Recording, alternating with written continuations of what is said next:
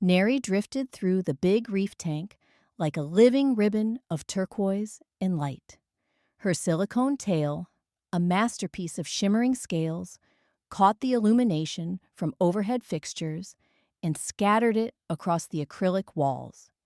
Children pressed their palms to the glass, squealing when she flipped upside down, blowing perfect silver ring bubbles that drifted toward the surface. To the audience at Cascade Oceanarium, she was a mythical being, half story, half woman. To herself, she was a professional, one who could hold her breath for almost 6 minutes, smile without showing strain, and keep track of a dozen choreographic cues while 30 stingrays circled around her. The afternoon show ended with the recorded call of a humpback in the hush of synthetic surf. Neri surfaced at the concealed access hatch, pulling off her mouthpiece. One of the divers offered a towel. She thanked him and reached for the small handheld mic they used during meet and greets. That was when the speakers gave a violent pop. The crack ricocheted across the cavernous gallery, startling guests. The glassy expanse of the main window pulsed with the shock. Neri flinched instinctively. Loud underwater noises were dangerous, like thunder in a closed room. "Sorry," a voice echoed faintly from the tech balcony above. A man wearing oversized headphones leaned forward, mortified. Neri squinted through droplets. She'd heard about him, the new sound engineer whose job was to reinvent the show's aging audio system. Later, in the staff corridor that smelled of brine and disinfectant, the same man approached, fiddling with a coiled patch cable like it was a nervous habit. He was tall but managed to occupy little space, shoulders curved protectively inward. "I'm Lucas," he said, voice surprisingly soft against the constant pump noise in the hallway. "I wanted to apologize in person. The subwoofer channel overloaded. You okay?" "I'm fine," Neri assured him, wringing water from her long braid. "Just startled. Those pops echo like cannon fire underwater." He winced. "I should have known.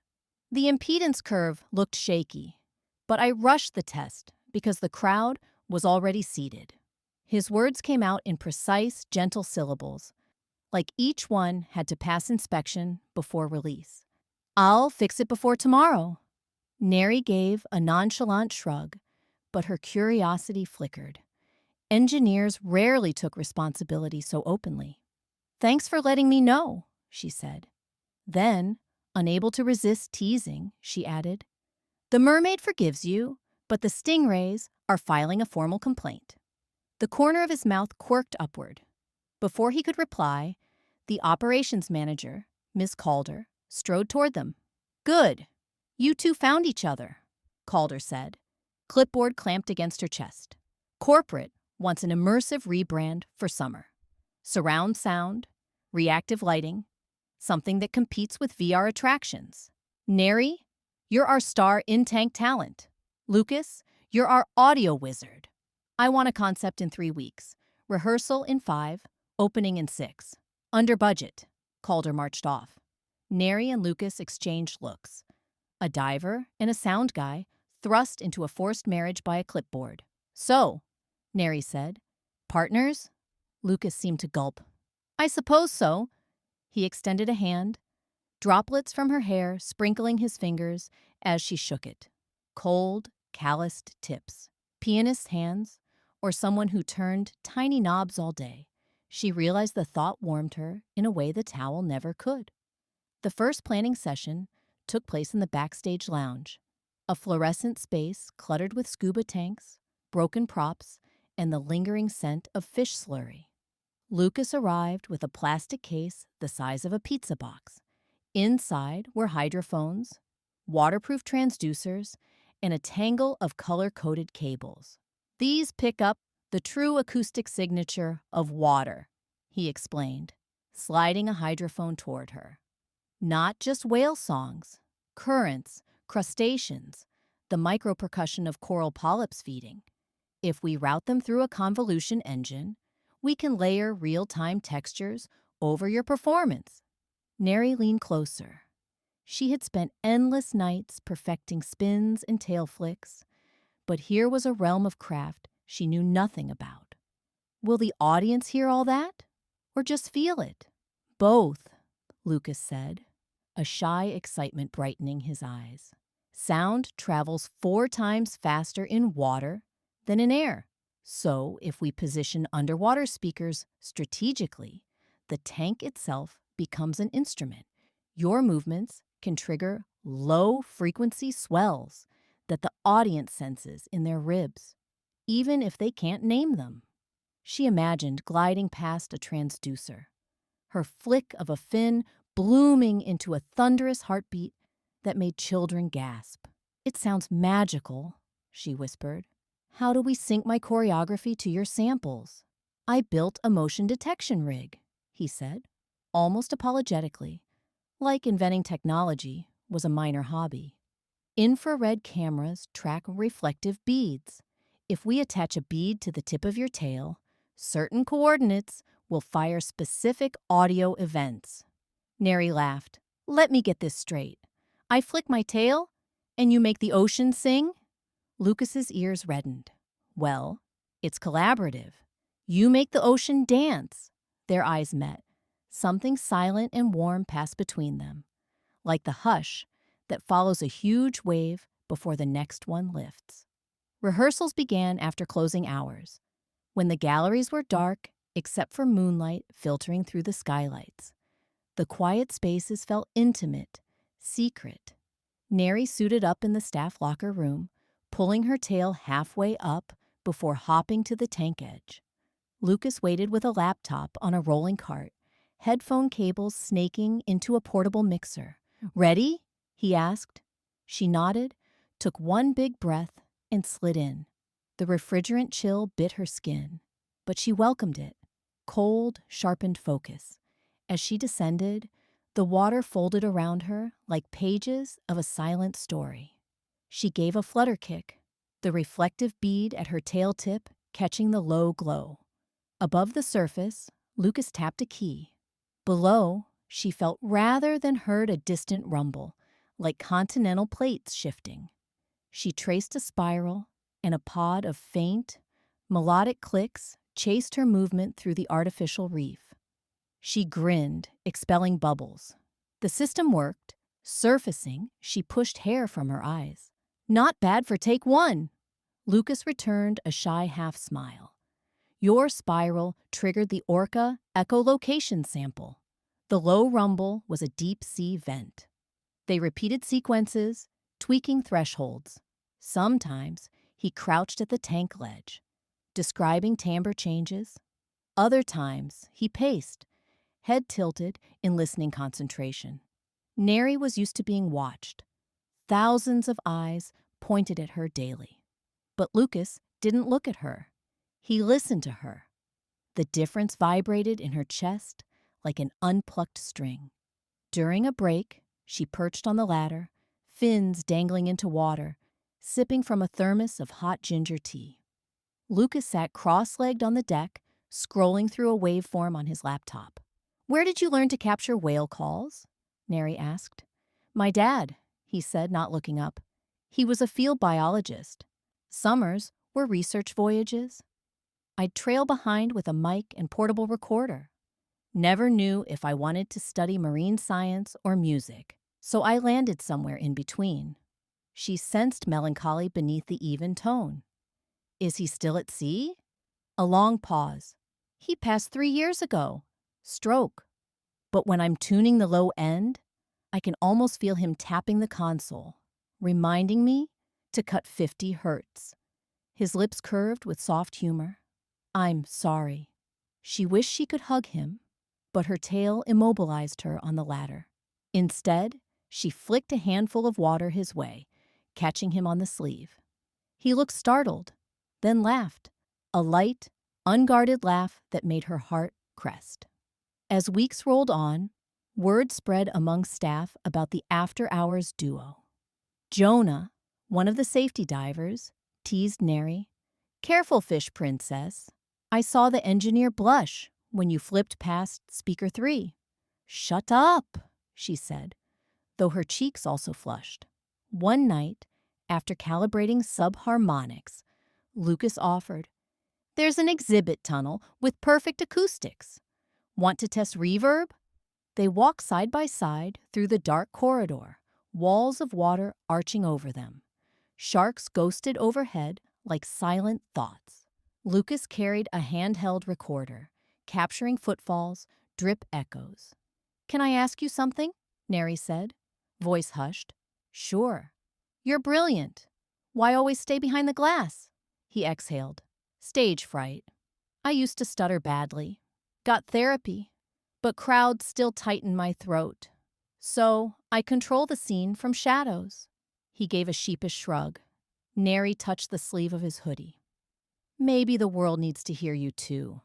Not just your mixes." In the dim blue light, their faces were inches apart, breaths mingling. But Lucas looked down, cheeks reddening, and murmured, "Baby steps." She respected that, yet her palm tingled where she'd brushed him. Something in her chest ached pleasantly, like lungs filling before a deep dive. The final rehearsal arrived. Calder sat with folded arms in the VIP balcony, while marketing reps whispered about influencer invites. Neri floated center stage in the tank, bead sensors glittering. Lucas stood at the mixing desk, faders labeled in his careful handwriting. The show unfolded flawlessly. Rippling lights reacted to infrasonic whale pulses. Her spin sent a cascade of dolphin whistles skirting the room. Children, there for a test audience, squealed. Parents clutched seats in wonder. When the last note faded, the crowd erupted. Calder gave a tight nod. "Good. Don't break it before Friday." After everyone left, Neri exited the tank, adrenaline humming. Lucas approached, eyes luminous. "You were," he began. "So were you," she said, suddenly bold. She stepped closer. Water dripped from her hair onto his shoes, but he didn't flinch. For a heartbeat, she thought he might kiss her, but instead he said, "I made something for you." He produced a small, waterproof earbud.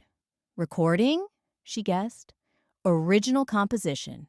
My dad's field recordings, blended with synth pads. It's called Serena. Only you have it." Her throat tightened. She accepted the gift with reverence.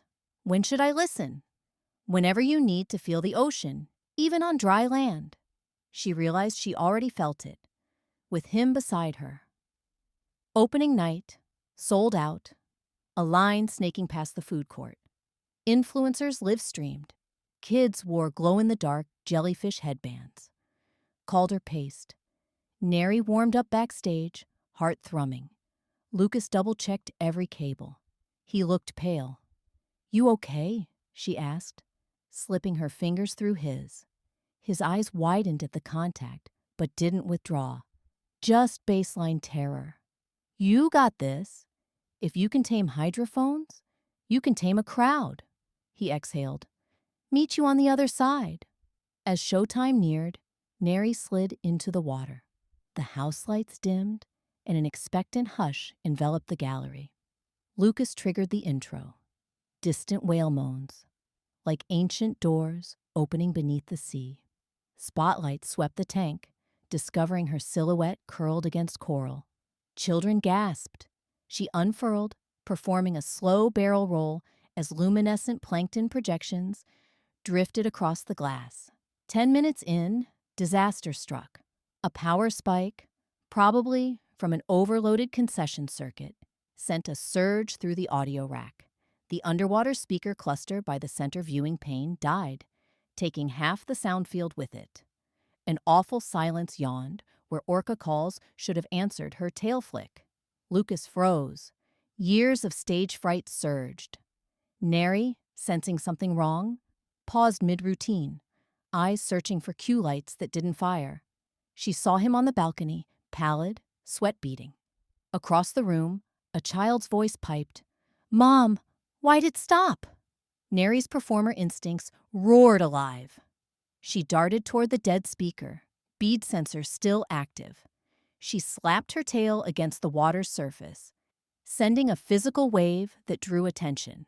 Then she began to sing, mouth just above water, ethereal, vowel-heavy notes that wove through the tank like threads of foam. Her voice, picked up faintly by overhead mics, slid into the PA system, still active on the other channel. The crowd hushed anew. Lucas blinked. The woman he'd listened to for weeks but never truly heard was now carrying the entire show with nothing but lungs and courage. His fear collapsed under a tidal pull stronger than anxiety.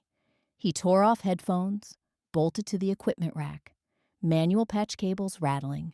Fingers flew, rerouting outputs, bypassing the fried amplifier. His breath came in short bursts, but his mind sharpened. Within 60 seconds, he fed the left channel into an emergency loudspeaker column. Another 30, and he remapped her bead sensor to trigger a halo of chimes. Simpler, but enough. Neri felt the chimes shimmer around her like applause. She dove, twisting in a joyous coil. Lucas faded in the deep sea vent rumble, matching her descent. The audience believed the detour was intentional, an unscripted marvel. The rest of the show pulsed with improvised energy. Neri improvised spins. Lucas chased her with sonic flourishes. When the final swell of sound resolved into a gentle surf wash, applause burst forth, thunderous, sustained. Neri surfaced, breathing hard, eyes bright. Lucas descended the stairs from the balcony, legs unsteady. She pressed a palm to the glass. He mirrored the gesture on his side. The richest ovation of the night belonged to the silence between them, where gratitude, amazement, and something deeper mingled. Cleanup took hours. Employees stacked chairs, lights dimmed to maintenance levels. Neri emerged from the locker room in sweats, hair damp and loose. Lucas waited near the moon jelly cylinder, hands stuffed in pockets. "Hey, hero," she said. "That's my line," he replied, shy smile lurking. "Your voice. My system couldn't compete." She shrugged playfully. "Mermaid magic." He grew serious. "Thank you for saving the show." "You saved it too." "Facing that rack? That was your deep dive." They stood within the soft pulse of jellyfish. A slow certainty rose in Neri, like buoyancy. She stepped closer until they shared breath. "I listened to Serena," she whispered. "It made me feel like I was home." Lucas's brown eyes gleamed. "You are," he said, voice steady for once. "We both are." Neri laced her fingers with his. His grip answered, warm and firm, no tremor. She leaned in, and he met her halfway. Their kiss was gentle, exploratory, as though mapping a new reef. Somewhere, pumps hummed and water lapped acrylic, but the loudest sound was their shared heartbeat. When they parted, Lucas rested his forehead against hers. "Waves of love swelling," he murmured, quoting the marketing tagline they joked about. She laughed, delighted. "Cheesy." "True," he countered. They walked the darkened concourse, hand in hand. Above them, the surface ripple of the massive tank cast silver patterns across their path, like sunlight dancing on seafloor sand. Every few steps, she could feel the small speaker he'd tucked into his jacket pocket, still humming with ocean sounds as if carrying the sea wherever they wandered. Behind the glass, stingrays glided, unhurried. Ahead, a future as fluid and immense as water beckoned. And together, mermaid and sound engineer, they moved into it, letting the tide of new beginnings lift them both.